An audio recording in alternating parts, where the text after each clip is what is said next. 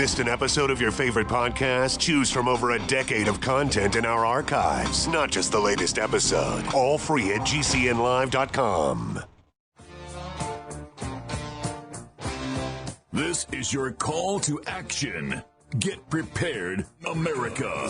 Economy, survival, energy, disasters. This is USAPrepares.com. Informative radio, educational radio. Interact now by emailing instructor@USAPrepares.com or text at 434-390-7953. Class, please take your seats. Now, your instructor, Vincent Finelli. Everyone all set, cocked, locked? Here we go. Your dial set correctly to USA Prepares. We're delighted you're in class with us today. John is engineering the broadcast in Minnesota at Genesis Communications Network. I'm Vincent Finelli. And for those of you who are new to the class, there are over 200 of us here at USA Prepares. We are innovators, dentists, medical doctors, CEOs, broadcasters, researchers, farmers. And today, I'm delighted to introduce to you your newest instructor. His name is Dr. Gary Bates. He's with the University of Tennessee. He's the director of the University of Tennessee Beef and Forage Center. His efforts help farmers build and maintain economically viable beef farms with grasses that support those farms. Our son met Dr. Gary Bates at a grass conference in Missouri, and our son was so interested and impressed with what Dr. Gary Bates had to say. He said, "Dad, you really need to call Dr. Bates. Here's his card. Please give him a call because you're going to really like him, and you're going to want to invite him to be on the air with you, and you're going to want him to be an instructor at USA Prepares."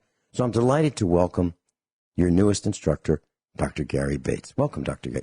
Gary Bates. Oh, well, thank you. Glad to be here. Dr. Bates, you spend a lot of time in the field. You spend time doing a lot of research at the University of Tennessee.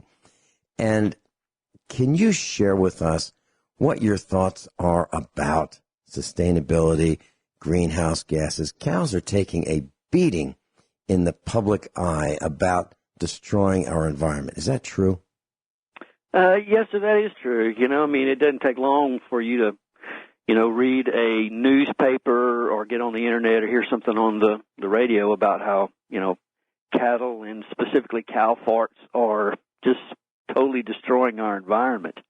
And as you go through and you look at the actual data about greenhouse gases, actually cattle are not the biggest issue. In fact, they're a very minor part of it.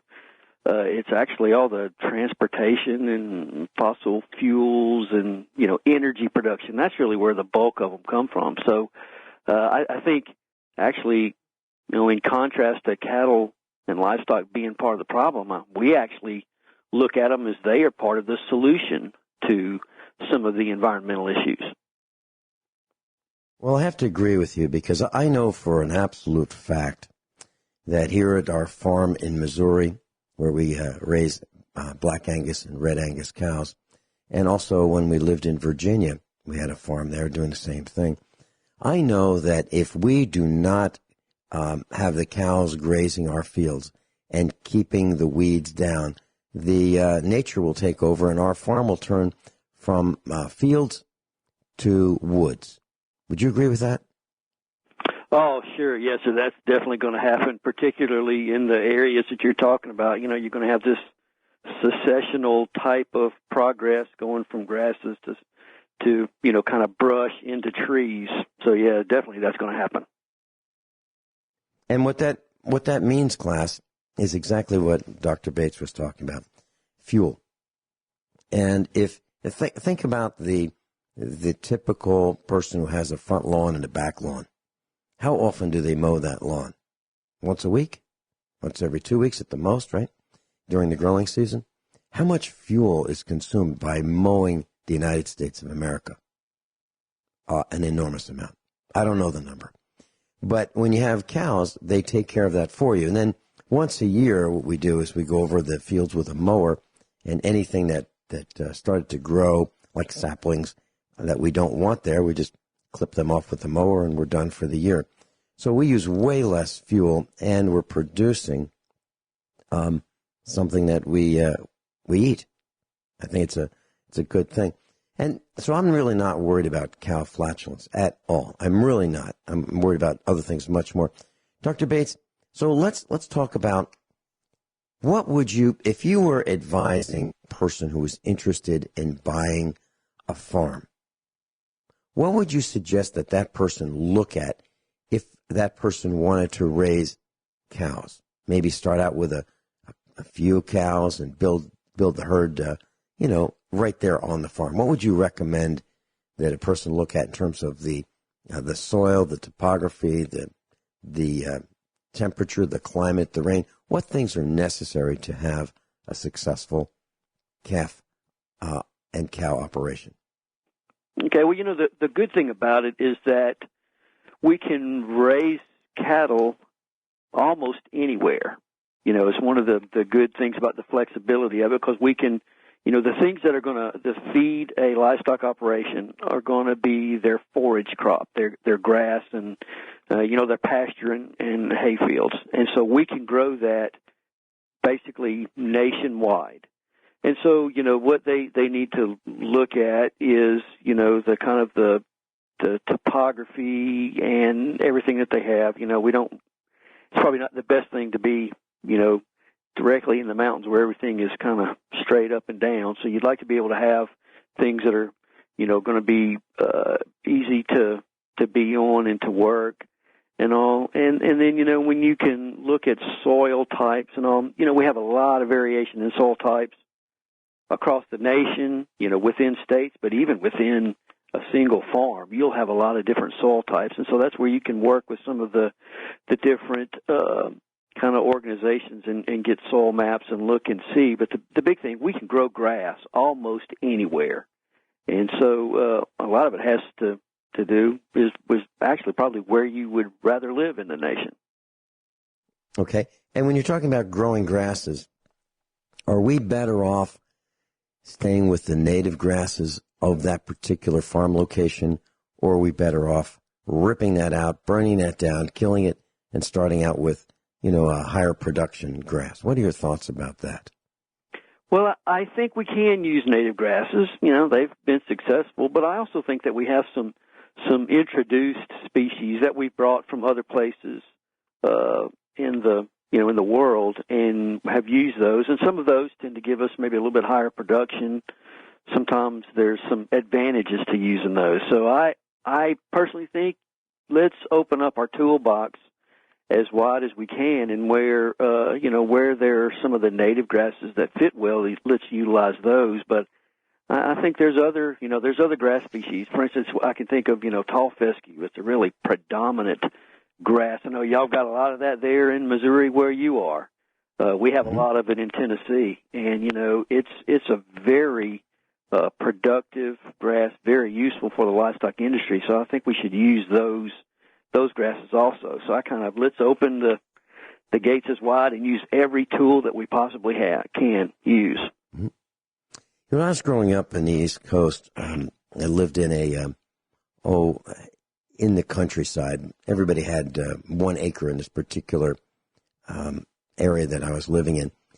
And this is during the 50s and the 60s. And if someone had crabgrass in their yard, it was considered a blight. But we consider crabgrass something that we don't mind having here. We like crabgrass because the cows eat it. And we look at, as a matter of fact, we have a saying here at our farm, if the cows eat it, it's not a weed. Would you tend to think that that's acceptable, or are we off in our way of thinking? Oh, no, I totally agree with that. Really the thing that we're trying to do with all these forage crops is just provide, protein and energy to these animals so that they'll be able to grow. And, just because in a lawn it's a weed, I mean, if all these are grasses we're talking about, whether it be fescue or crabgrass or Johnson grass or, whatever it is, they're all just grasses and they have protein and energy in them. And let's go ahead and utilize those things. So I agree totally with you. If they will eat them, then let's take advantage of them.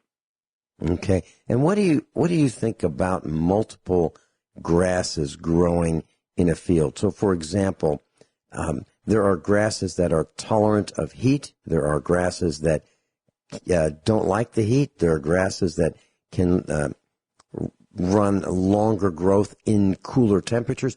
What are your thoughts about mixing grasses on the same field?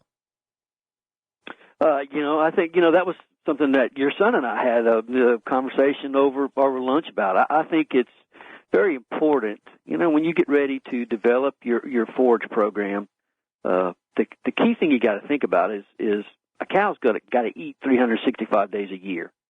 And so we need to try to develop a forage production program that provides as many days of grazing as possible.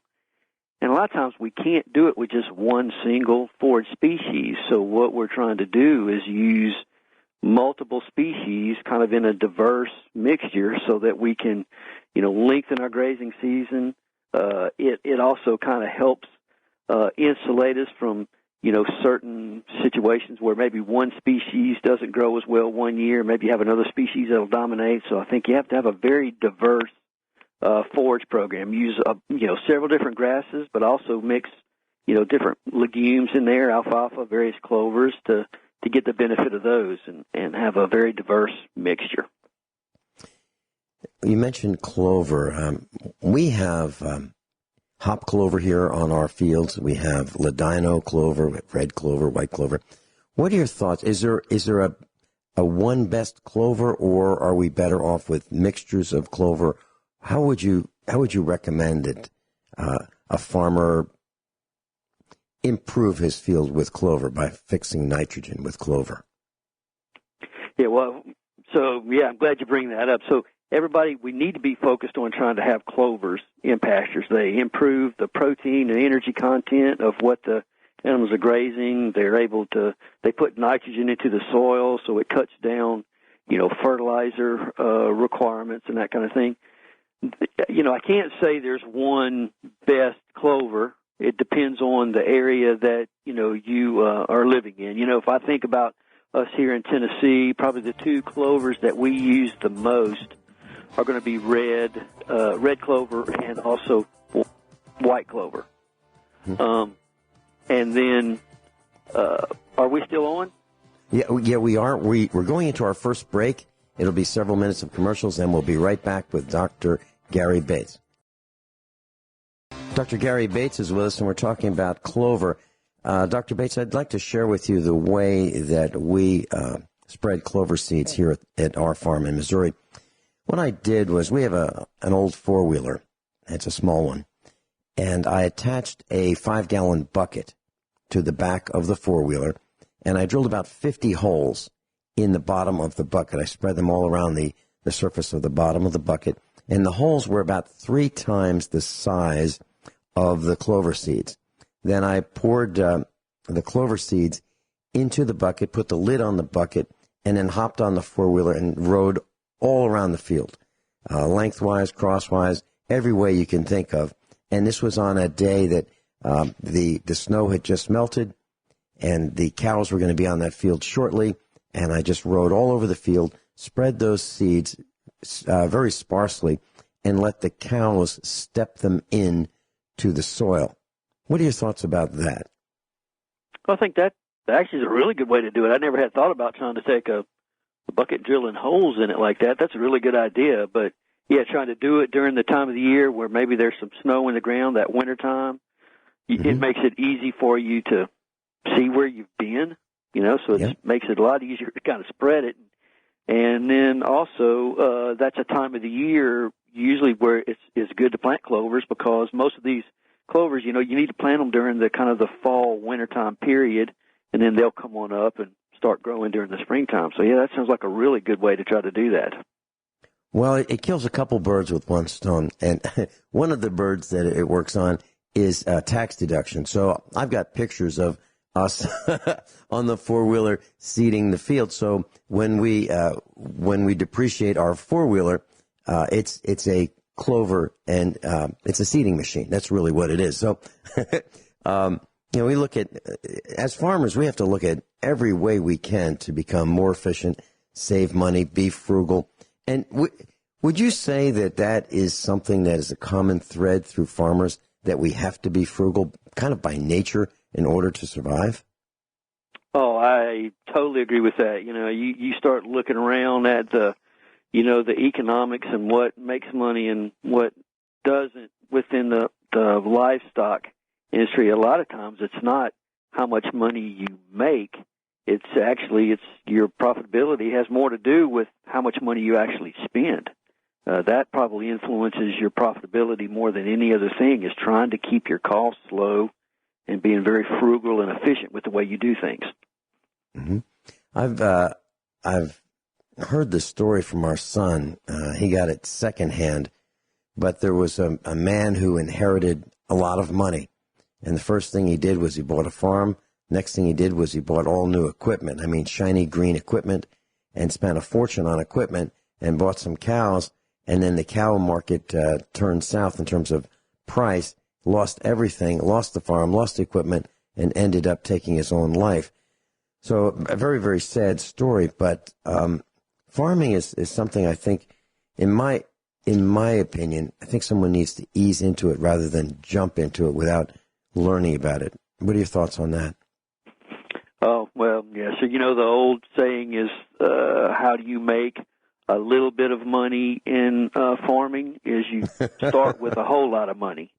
So, it's not like there's people that's going to just, get, become millionaires on it. But I think there are, you do need to start in it small. Make sure you kind of understand the basics of what you're trying to do. So, for instance, in the livestock industry, if you don't know a lot about, say, raising cattle, you don't want to start off by, having 500 cows, unless you are pretty prepared and have the knowledge base to know everything that's involved with it. And so if somebody, wants to move into the, livestock business, it's a lot easier to start with fewer numbers and to be able to grow the numbers than to buy a lot at the beginning and then have to end up having to sell those. That's where you'll kind of take a beating on the price side of it. Mm-hmm. Class, just for your information, when we started farming, we started with 6 calves, and we grew the herd. And when the calves matured, we bought a bull, and we grew our herd. When we moved to Missouri, we bought 33 pregnant cows, Black Angus, and grew the herd from there. And that's how we did it. So we started small, and we learned about the cows. We learned what it takes to raise them, and then continued growing from there. We'll be right back after these commercials and news. Class, Dr. Gary Bates is with us, and we're talking about farming and grasses. And the question I have for Dr. Bates is, what events can sink a family farm financially? What are the events that could happen that are beyond the control of a farmer that can actually ruin the potential to stay afloat? That's actually a good question. Probably one of the first ones I think of is drought. We've had a lot of those over the last, we think about over the last decade or so. Various areas across the nation have been hit by pretty severe droughts and has ended up, causing some reductions in the actual number of cattle herds in those various regions, because you get a drought, you can't grow the forage that's needed to feed those animals, and so a lot of people end up having to get rid of their herds.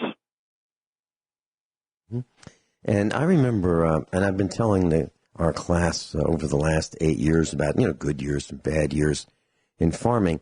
And during the good years, farmers can buy hay in round rolls, typically about 1,000 pounds per roll, for about $30 to $35.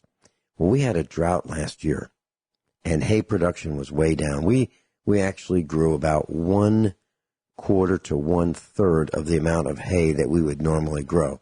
The price of hay went from $30 to $35 years before to $70 to $100 per roll of hay because of the drought. Exactly what you're saying. Farmers were in a panic. We had moved some from one field to another and had it near our driveway. And within 20 minutes, a farmer was driving up our driveway asking if he could buy our hay because he ran out.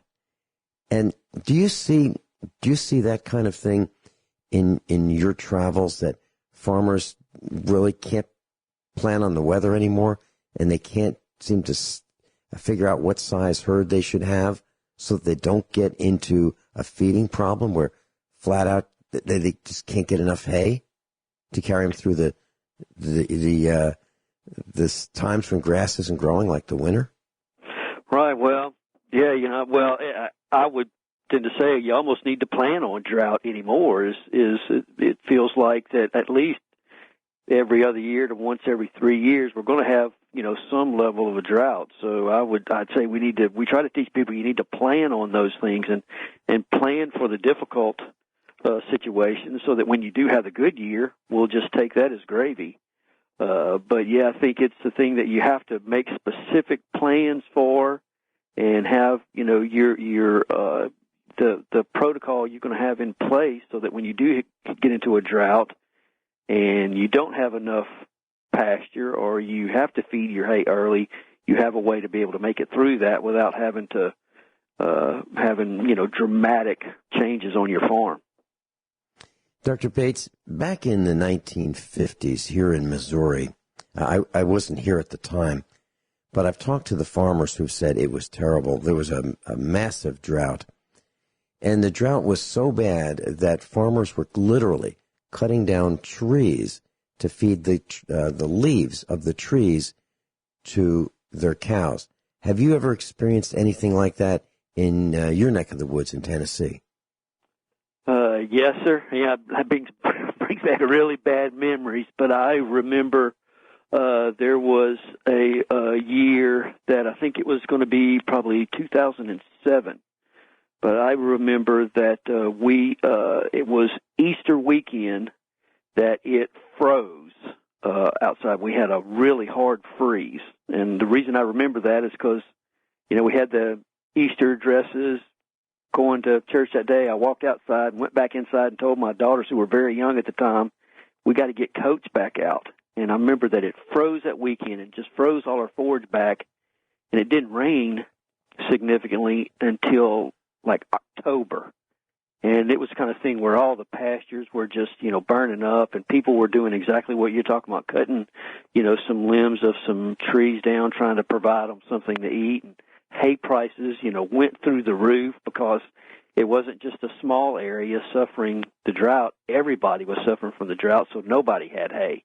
And it was a pretty traumatic experience that, unfortunately, we've had things similar to that, maybe not quite as hard as that, but similar to that a couple of times since then. Mm-hmm. So what we did, Dr. Bates, was our son, Mrs. Finelli, the whole family got together around the kitchen table, and we said, this looks like it's going to be a really serious drought, and let's get ahead of it. This was last year. We literally sold half of our herd because we did not want to be in a position where our cows were starving with no options. And that's what happened.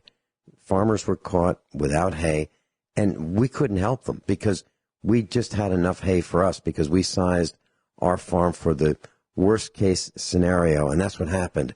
And literally, it was just a lack of rain. But then you contrast that with what just happened in the Midwest with this major flooding in the Midwest, where millions and millions of dollars worth of cows died because they were stranded. They died in the water, the floods. And I can see that that's going to change the price of beef at the supermarket relatively soon. Do you see that as well, Dr. Bates? Well, I think it, depending on how, widespread and the numbers that are lost, it could have, some level of an impact. I mean, a lot of times the thing that happens is some of that might not happen immediately, because some of this is, were cows that, cow herds that were affected, and the impact of that comes, basically a year to 2 years down the line when those calves that would have been born would go into the market. So we have a pretty widespread beef industry, over a large portion of the nation. So it's not like we're going to have a beef shortage, but I think it does have the impact, the chance to, have some short-term impacts on some things. Mm-hmm.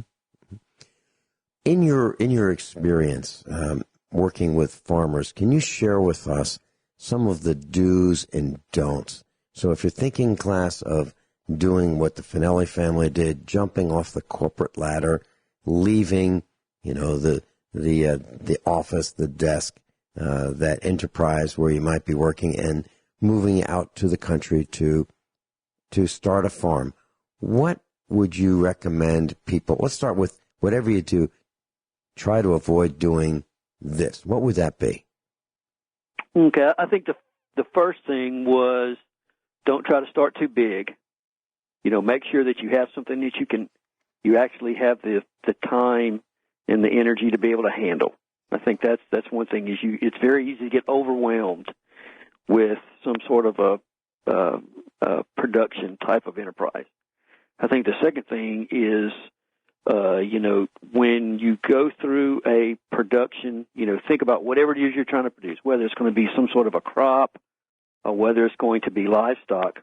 Know ahead of time kind of what you expect some sort of a budget to be, what you're going to produce, what it's going to cost to be able to do that, so that where your income is going to come from, and you have some sort of projection for that. But also, you really have to understand what your expenses are going to be, and I think you have to make sure that you understand the budgetary side of things. That's probably the biggest mistake that I think people end up making if they want to try to get into it. Is they might have an idea about how much they might produce, but they have no idea about what the inputs are going to be and how much that's going to cost, and you can really get kind of underwater pretty quick that way. It seems to me that some of the lessons that I've learned about farming since 1989, when we first started farming, is that it's harder than we thought. It takes longer than we thought. It's farther away than we thought. It's heavier than we thought, and it costs more than we thought. Does that seem about right? Well, you're painting a very rosy picture there of agriculture, aren't you? But no, I think a lot of times it is. Just, it's not going to be the kind of thing that you're going to plan on going out, and making $1 million on. There's a lot of times the people that I work with, and that are in agriculture, they do it because they love it, and they see the real benefit to it for themselves and the lifestyle that they want to be able to have, and that's why a lot of people do it. But it's not going to be easy. It's if you're raising livestock, man, it's a 365-day-a-year job. You can never take off because you have to make sure your operation is set for those animals to be able to eat and be productive. But I think it's a very rewarding type of job to be able to do, and it's possible to be able to be successful with it. But you almost have to have a little bit of a pessimistic attitude. You got to plan on having the problems so that you're prepared for those. So you don't have to, like you were talking earlier, have to get rid of animals, or that you don't have to just totally sell the herd, but that you have a process in place. What happens if we get in a drought and we run short on hay? And here's the first thing I'm going to do is maybe I'm going to supplement my hay with something that'll stretch my hay and make it last longer. Number two is going to be I'm going to, cull animals that are not productive and try to reduce my herd so I save my most productive animals. And you have a process and a plan so that you're not just having to fly by the seat of your pants as the drought occurs. Mm-hmm. Yeah, as you were saying that, I was thinking about the old story. How do you make $1 million in farming? Well, it's easy. You start with $2 million, right? Right. So for those who are thinking that they can just jump away from that keyboard and that screen at their job and they want to be a farmer, what would you recommend that they do? And we talked about starting small. What about location?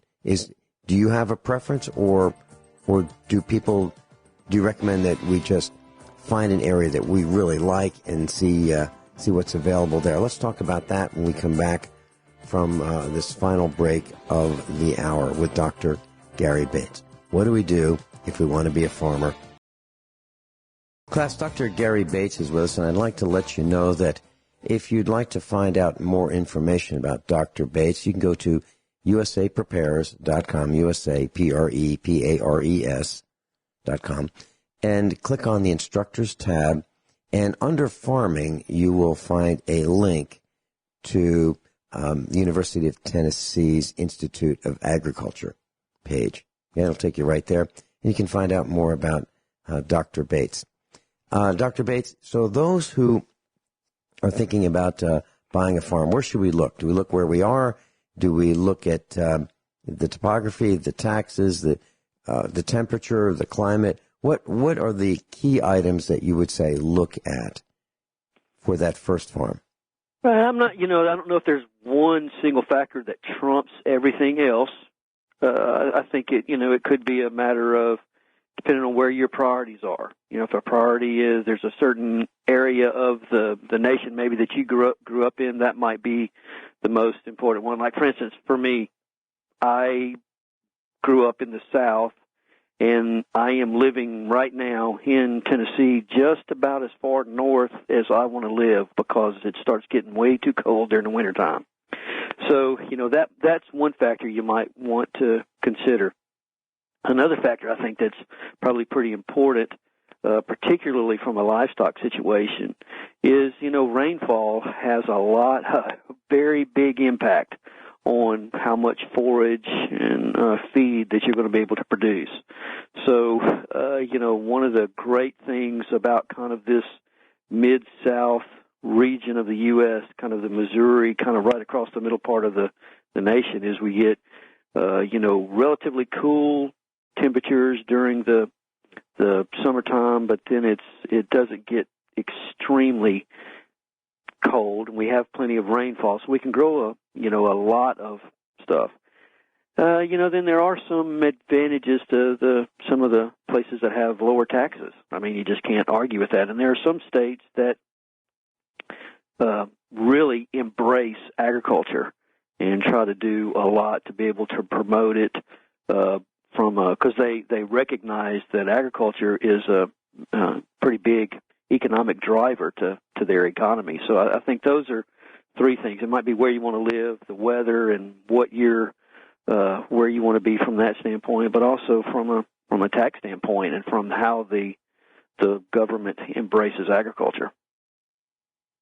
And how do you feel about a little off topic? How do you feel about commercial fertilizers compared with manures?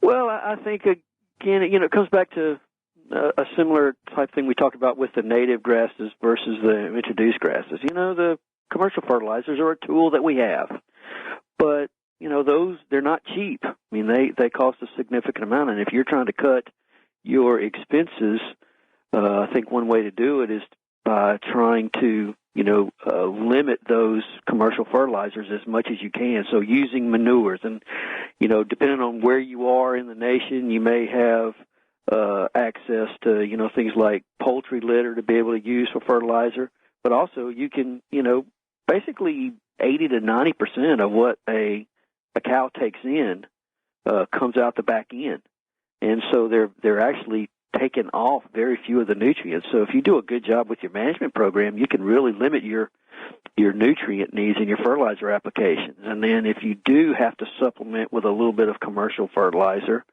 we always recommend do it based on a soil test, so you can test your soil, see what your nutrient level is, and then know what you need to apply. And then we talked earlier about trying to add legumes, the different clovers or alfalfa or whatever. One of the great things about those plants is that they have the ability to take nitrogen out of the atmosphere and put it into the soil so that we can limit some of the nitrogen needs. So that's another way to try to limit those commercial fertilizer needs. When we first moved to Missouri back in 2005, we noticed something that was kind of different. We only have a few seconds left, and that was farmers would feed hay. They would just drop a roll of hay on the on the field, and the cows would leave a donut ring of manure around that hay bale. And we unrolled our hay across the fields, different strips every day, and we let the cows fertilize the fields with their manure while they ate the hay. Is that something that you see happening more and more? People are adopting that process of unrolling? Yeah, sir. We see a lot of people trying to do that, spread nutrients, and it makes less of a mess. Yeah. Dr. Bates, thank you so much for being with us today, spending your time, and for joining the faculty. We're looking forward to having you back again and again. All right. Thank you. Everyone all set, cocked, locked? Hour number 2 of USA Prepares. It's New Instructor Day. I'm delighted to be introducing Dan Sutterfield as your newest instructor. So we've got some suggestions for those of you who are short on projects. So we're looking forward to starting something new. Are you? Let's talk with Dan Sutterfield. Welcome, Dan. Good morning, Vincent. Do I sound okay? 5 by 5 sound great. Thank you for joining the faculty of USA Prepares.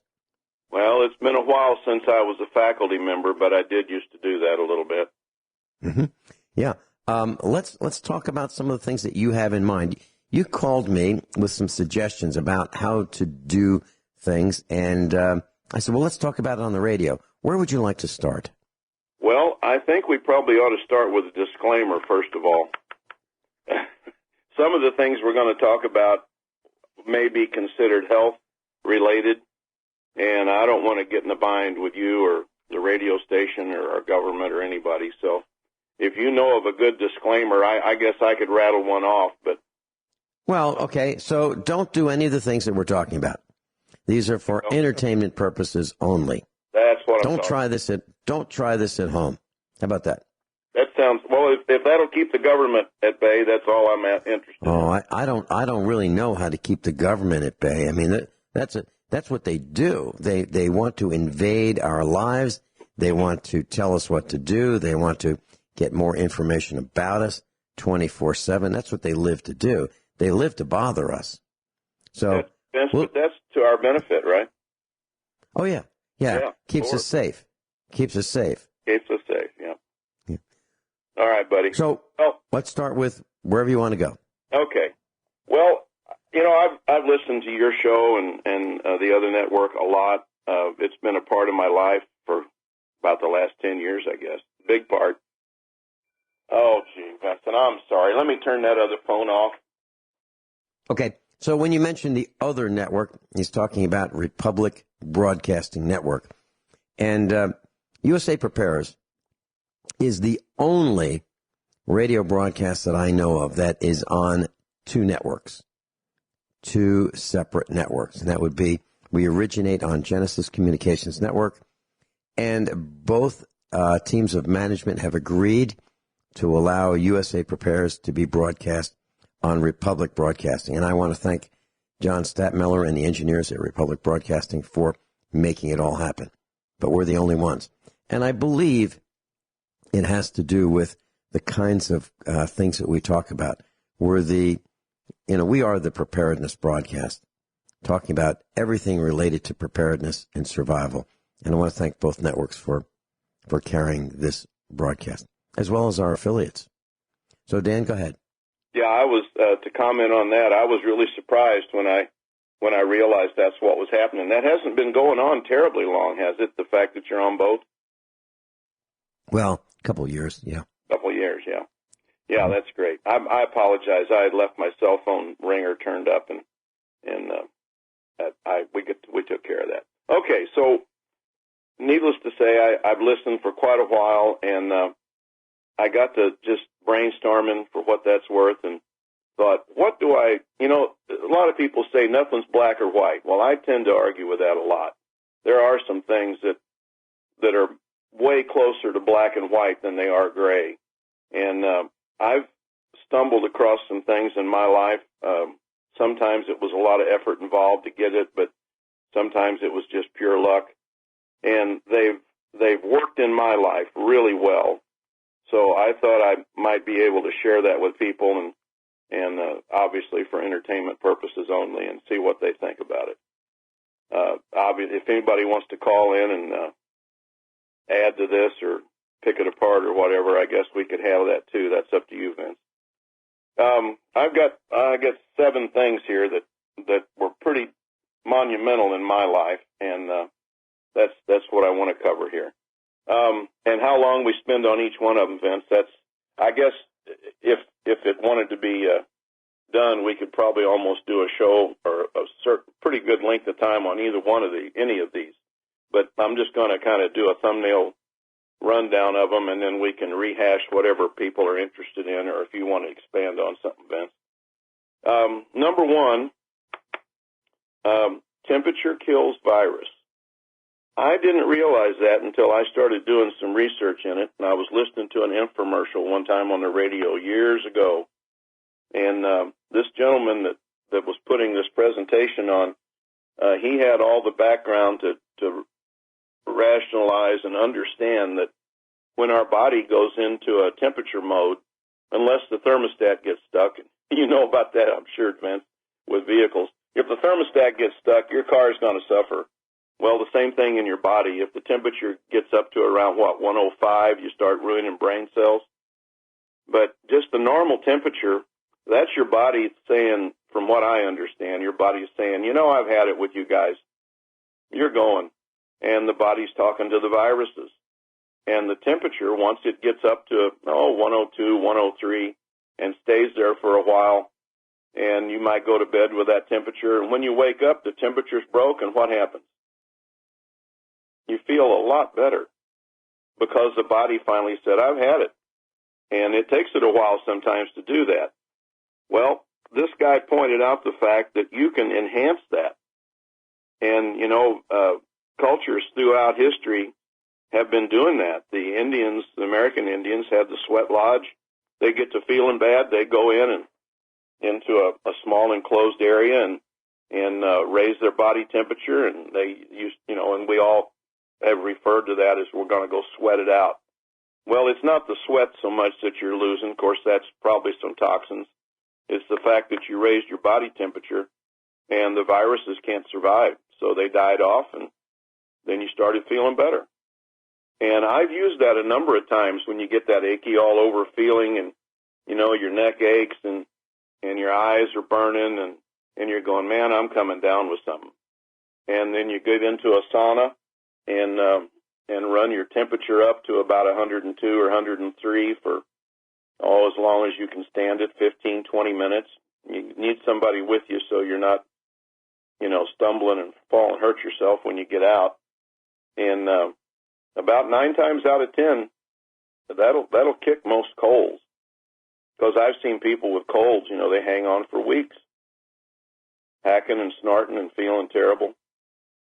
So that's not a monumental one compared to some of the others, but temperature is there for a reason. When your body has a temperature, it's just had enough. What do you think of that, Vince? Well, I can't offer a medical opinion, but I've heard of this happening over the years, and some people absolutely believe it. So why not? Why not? It's worked for me. Well, and I don't have a sauna here, but I'll tell you what we do. Sometimes we'll just get in a hot shower or a hot tub. Yeah, That's you can do that. You can actually stick a thermometer in your mouth, and needless to say, you don't want to pass out, but keep raising the temperature of the water. Let some out, let some in. Or if you've got a hot tub and you can control the temp, and just watch your temperature climb up to 102, 103. That usually doesn't hurt anybody. And, you can create the same thing right there. It works. I've done that. Okay. Mm-hmm. What's next on your list? Okay, the next one I stumbled on at the health food store. I walked in there one day looking for something, and I had been working in some really rough areas, and I'd be digging in the dirt with my bare hands. Not that there wasn't a lot of rocks or anything, but, and I ended up getting an infection around the cuticle of one of my fingernails. And it was all puffed up and red, and I'd been squeezing pus out of it for a week. And, man, it was just killing me, throbbing. And I didn't keep a Band-Aid on it. It wasn't oozy or anything, but it looked bad. And the lady said, how long you been living with that mess on your finger? And I said, over a week. It's killing me. And she says, well, take some of this essential oil put 2 or 3 drops on it and just sit back or wrap a Band-Aid around it. And in a day or two, it'll be gone. And I said, yeah, right. And she goes, no, really, it works. It was oregano. And I'm not kidding you. I put 2 or 3 drops on there, and it didn't burn or anything. And I applied it twice a day. And within 2 days, that finger was healed up totally. It's just amazing. And then the one that really got me, because of that experience, I used it on a tooth. And I had an infection at the base of one of my molars. And the dentist took the x-rays, and he goes, yeah, boy, that's a bad one. He says, I'm going to give you some antibiotics. If that don't cure it, it's going to have to come out. And I'm going, oh, man, I don't want to lose a tooth. So it didn't help. And I said, try something else. And he says, well, I can give you another breed of antibiotic and see what that does. Well, that didn't help either. So I was 2 weeks throbbing, and it had developed a pustule on the outside of my gum opposite the root of that tooth. And it was killing me. And I thought, that oregano works so good on that finger. I'm going to try something. So I got a little strip of gauze, about 1 inch wide and about 1.5 inches, 2 inches long, and I rolled it up like a little bitty cigarette, about that size. And I put 3 drops of that essential oil on there, Vince. And I shoved it down between my gum and my cheek. And there wasn't any pain involved with the application. It wasn't like it burned or anything. But you definitely don't want to get that oil in your eyes. It's powerful stuff. And I put that in there morning and night for 2 days. And by that time, the pustule had gone away. I did 2 more applications, and there was absolutely no more pain. And before, you couldn't tap that tooth with my fingernail. I mean, I would have went through the roof. And within 3 days, all infection was gone. And I went back to the dentist, it was 6 weeks later for something else. And I said, look, Doc, that infection's gone. And he goes, you better keep an eye on that. It won't last. Vince, that's been 3 years. That tooth is as sound as the day I grew it. Well, I've got some comments about oil of oregano and our experiences. I'll share them with the class when we come back after these few short commercial announcements. Dan Sutterfield's with us. We're talking about seven tricks, tools of the trade, if you will, when we get back. Dan Sutterfield's with us, and we're talking about things that you might want to consider learning more about, and you might want to do some research for your own information, about these things. So oil of oregano, we have it here at the farm. And when we get just a hint of a sore throat, we put 3, 4, or 5 drops from a 1 ounce bottle of oil, a jar, I guess I should say, a little tiny bottle of oil of oregano. Put 3, 4, or 5 drops on a small piece of bread, which we don't like having in the house, but we do keep it in case of an emergency. Put a few drops on the bread. Chew it for maybe 20, 30 seconds. Swallow it. And we do that several times during the day. And within a day or so, the sore throat is gone in almost all cases. It works for us. Heard that one. That's worth knowing. Mm-hmm. It absolutely works. So if you think you're going to get a cold, you have these, the beginning symptoms, jump on it right away. At least that's what we do. And we use oil of oregano. Now, there are different concentrations of oil of oregano, and I don't know how to explain to you at the moment how to determine the highest concentration, but you can ask about the concentration, before you buy it. And sometimes I buy ours from Kurt Wilson's site, Survival Enterprises. And he's one of our instructors, and I buy it from him. And I dilute it with olive oil. His is so strong that I can dilute it about 4 or 5 to 1 with olive oil, extra virgin olive oil. And then we put 3, 4, or 5 drops of that diluted oil of oregano onto a small piece of bread and chew it. So it's powerful that's stuff. Absolutely. Mm-hmm. So what's next? Okay. Vince, have you ever experienced or known anybody that experienced a brown recluse spider bite?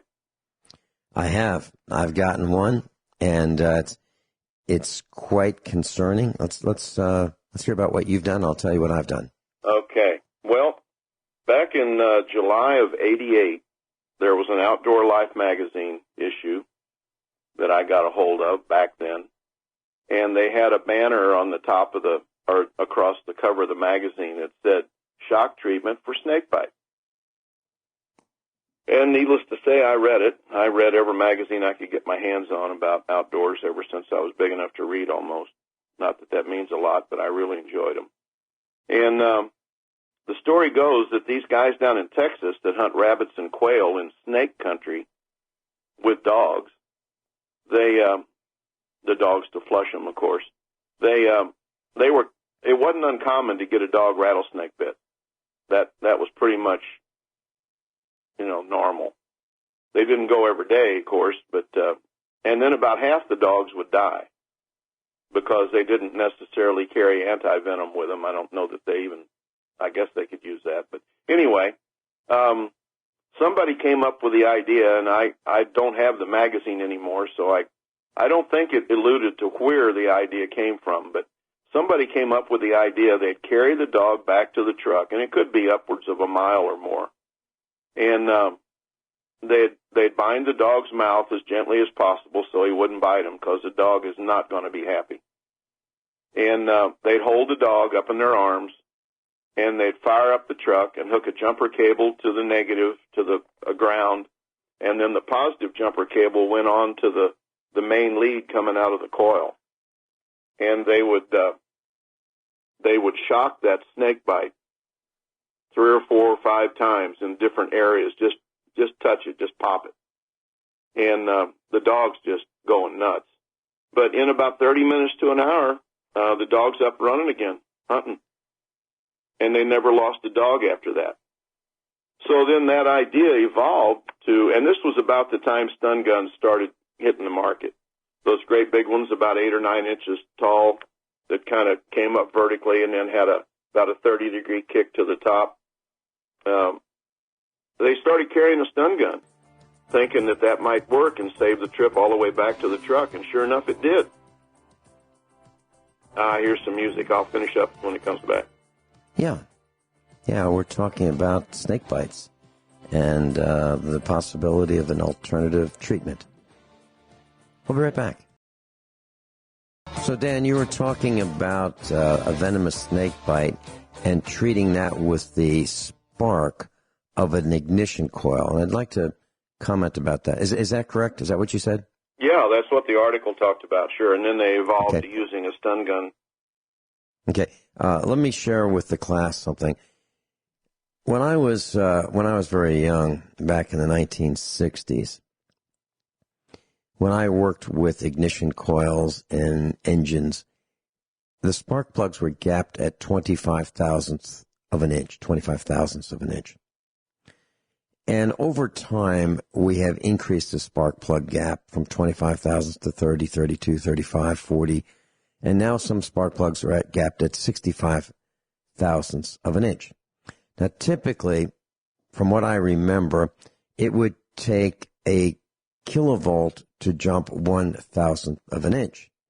So a 25 thousandths spark plug gap would take 25,000 volts to jump that spark gap. Well, if you're at 65 thousandths today, you're looking at 65,000 volts, almost 3 times the voltage. So what Dan was talking about was a shock that, we used to get when we'd start our lawnmower or try to shut off our lawnmower by using the ground strap against the spark plug to shut off the lawnmower. And, many of us have been shocked by that. We know what that's like. You certainly jump back and you remember it. Well, I don't think I would be interested in volunteering for the 65,000 volt treatment. So keep that in mind, class, if you're thinking about learning more about this. But I've got a comment on what I've done, which is different. Dan, are you ready for that, or do you have more to go right ahead. discuss? I'll finish up after you're done there. Okay. What I did, I got a spider bite, I believe, and my son said, Dad, what happened to your arm? And I said, oh, wow. There's this big purple blotch about the size of a dime. And it looks like it happened, recently, within an hour or so.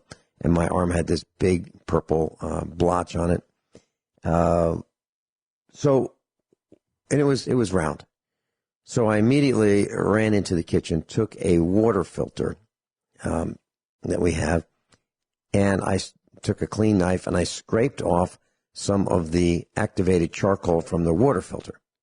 I put it in a clean saucer, and I added a few drops of water to it, and I made a poultice, and I put it on the bite, and I put a Band-Aid over it, and I looked at it the next day, and almost all of it was gone, except for the fact that there was a ring around the area that I did not put enough activated charcoal. I put a spot about the size of a dime, and there was a little bit of area outside that poultice that stayed purple. So I scraped off some more activated carbon or charcoal from the filter, made a bigger poultice about the size of a quarter, put that on under a Band-Aid, and the next day it was all gone. So now, and right after that, I bought something to make it a little easier. I bought activated charcoal capsules, and you can get them at the Chinese factory outlet if you want. They sell them there in a little box, and they are gelatin capsules with ground up activated charcoal. And it worked really well for me. So that's my comment. Make sure you do research. This is not medical advice. This is just things that Dan has read about or experimented with, and things that I have done also. So just put that in your, chest of items to consider doing more research about. Dan, your thoughts? Well, I wouldn't argue with that at all. Before I found out about this, there was a relative in our family that had a confirmed brown recluse bite on her stomach, and it was dead of winter. This was a sidebar to what I was going to cover, but I'll throw it in there because it's an alternative that doesn't require shocking. And I had heard that the root of purple coneflower will neutralize the bite. So I knew where the purple coneflowers were. They still had the vertical stalk and the brown ball on top, about 2 foot tall, so I could find them in the dead of winter. And I went and dug up 3 roots, and we washed them real good and made a poultice and put on that bite. And the doctor had already looked at it once in St. Louis, and he said, boy, we're going to have to keep an eye on that. It's going to get bad, because if you've ever seen the progression of a brown recluse bite, it's terrible, because the skin keeps rotting out and the hole gets deeper, and it's terrible. So anyway, the next day was her, like 24 hours later, was her appointment with a doctor back in St. Louis.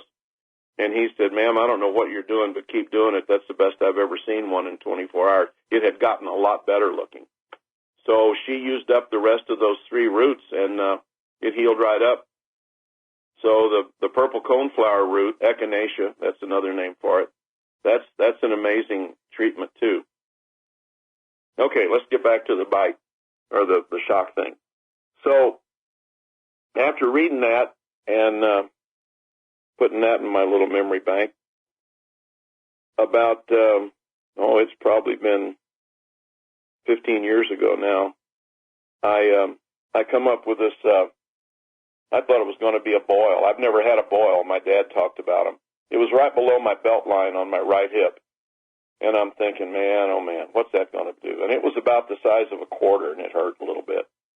Well, 3 days later, it was 2 inches across. It was red, and there was this white dot, white little bitty circle about the size of a BB right in the middle. And I'm thinking, man, I got to go to the doctor. This thing looked bad.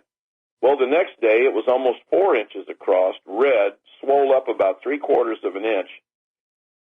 And I'm thinking, by golly, I wonder if that's a spider bite.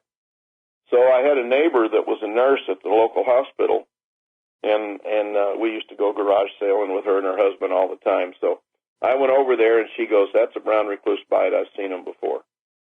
And she had one of those first-generation stun guns. And I thought, man, I don't want that to rot a hole out in my body and have to deal with that for months healing up.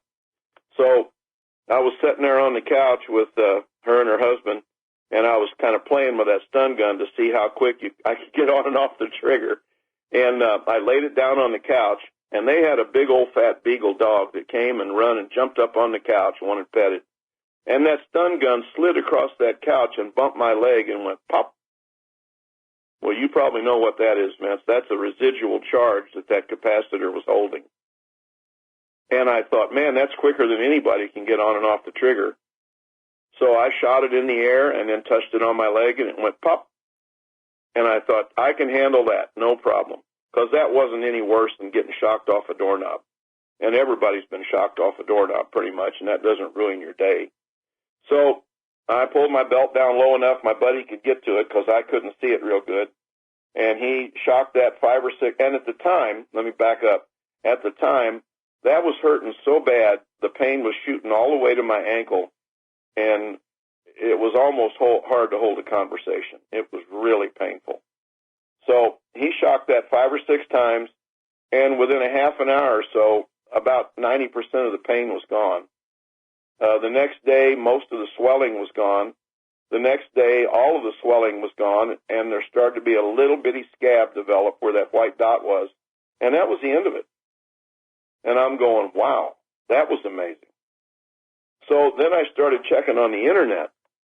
And if anybody will type in stun gun treatment for spider bite, stun gun treatment for snake bite, there's more there than you can read. And there will be something there from the AMA, and of course they make fun of it. But let me add a sidebar to that to help support what I found. I had the chance to go to a town in Oklahoma. I don't want to get anybody in trouble, so if you call me on the phone, I'd talk to you directly about it, I guess. But I was down in a town in Oklahoma building a custom house, and when I got there, the owner threw a barbecue, him and his neighbors. And he was so happy I came down to help him finish this thing that he just wanted to throw. But they do barbecues all the time, I guess. So anyway, one of the neighbors was introduced to me as an EMT. Rides around in an ambulance, saving lives. And I thought, I'll tell this guy about this shock treatment thing, see what he knows about it. So I played him a little bit. I said, hey, do you guys have brown recluse spiders down here? And he goes, yeah, and if you get bit, let me know. I'll fix you. I said, really? How would you do that? And he says, well, all the EMTs down here carry stun guns. And I said, you're out of your mind. And he goes, no, really, it works. We probably fix 300 or 400 people a year. And he said, we got everything. We got cottonmouths, rattlesnakes, copperheads, scorpions. We got it all. And I said, and it really works. He goes, yeah, it really works. And I said, well, thank goodness. And he goes, why? Are you bit? And I said, no, I was going to tell you about it. And he said, well, we've known about this for 6 or 8 years. I said, what does your boss think about it? And he goes, well, he knows all about it. He can't stand behind us. We're on our own, so we always ask the people. And the word's got around the community. A lot of people don't have stun guns. They know we got them. And they'll call us out just to shock them. And they use that residual charge thing. They shoot it in the air and then just tap it over the bite 5 or 6 times. There's no pain involved. Well, hardly any, just like getting shocked off a doorknob. And he said, it works. And I said, I am so glad you confirmed what I already knew or what I had already experienced. And he said, it's real. So then not too long ago, I looked it up on the Internet again, and I came up with not a YouTube, I guess just an article of a doctor in this town, a full-fledged MD, his name and everything, and he was openly admitted that he had treated well over 300 people. He gives them the option. He says, we can go anti-venom, we can do all the stuff that the medical system normally does, or I can shock you and you'll be done with it in a day. And he says about 95% of the people go for the shock treatment, and he said, I have had virtually 100% success. They never come back for medical treatment. That just fixes it. So the best I can figure out, or not me, but the best I've read about, venom is 100% protein. And they think that electrical current cracks that protein molecule, and then the body's immune system takes over. But the AMA still makes fun of it. I hear the music coming back. Yeah, we'll be right back with Dan Sutterfield. I'm looking forward to item number 4. Dan Sutterfield's with us. Item number 4, Dan, I'm looking forward to hearing about it. Well, buddy, I'll tell you, I don't know if it's me, but we've only got, about 5 minutes left? Right. All right, I'm going to jump to the end one. The other 3 are incredibly important, too, maybe even more so than anything we've covered. But this last one's kind of the coup de grace. It's a topic that you don't hear people talk about much, but if you ever experience it, you'll understand what I'm talking about. Hemorrhoids. Nothing nice about hemorrhoids. And I was working pretty heavy construction work for a while, and I had developed a fairly good case of them. And I waddled into the health food store and said, what can you do about the roids? And they said, we got it. And I said, share it. And she said, look, there's this herbal thing, tablets called Rutin, R-U-T-I-N. She says, you double the dose, this is what the lady told me, and in 2 or 3 days, you won't have a problem. And I went, right. I've been suffering with this for 2 weeks almost. She says, it strengthens blood vessels. I said, really?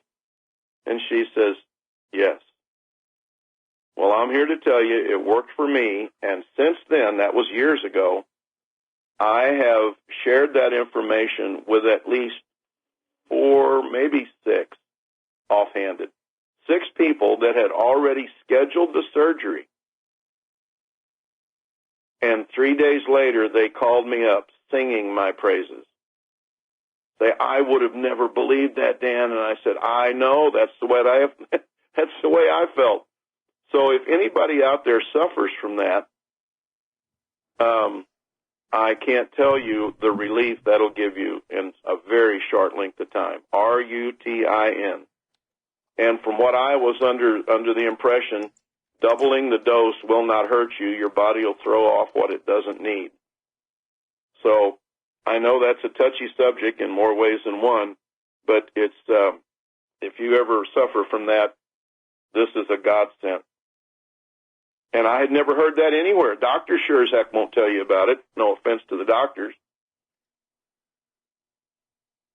So that was the last one. We got a little bit of time to discuss anything you want. I hate to get into the others and not cover them fully. Well, maybe we could do that another time, Vince.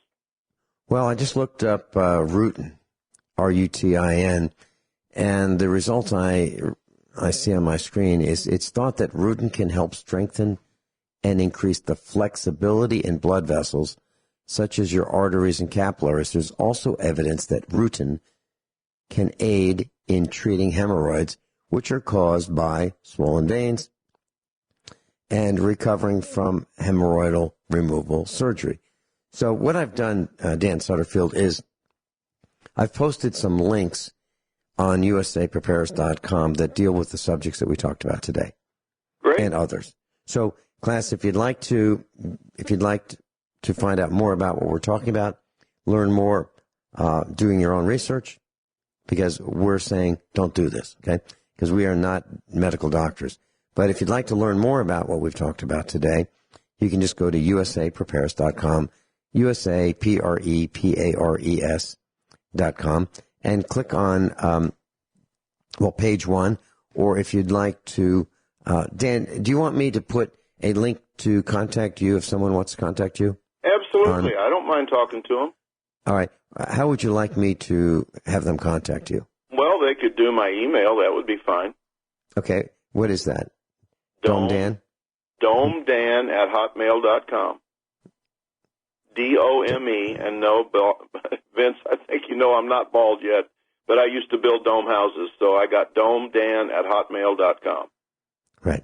Dome, D-O-M-E-D-A-N @hotmail.com. And I'll put that link to your email on the instructors tab at usaprepares.com.